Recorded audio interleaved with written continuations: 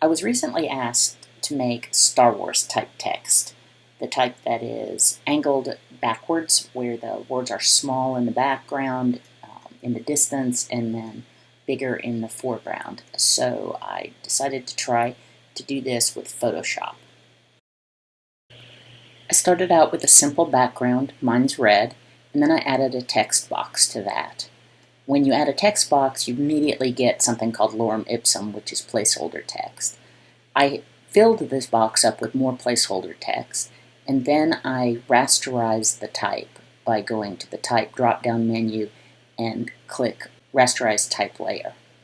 Once I had done that, then I went to the Edit drop-down menu and I selected the Transform Perspective. Pulling on the back top handles allowed me to get that text in perspective. In order to drop it further, I went back to the Edit drop-down menu, clicked Transform and Distort, and then pushed down on that middle handle to get the text laying flatter. Once I had done that, I selected everything on this layer with this Select drop-down All. Then I copied that to my clipboard and went over to Illustrator, where I pasted this down, and then I resized it to fit on my page. Pretty easy.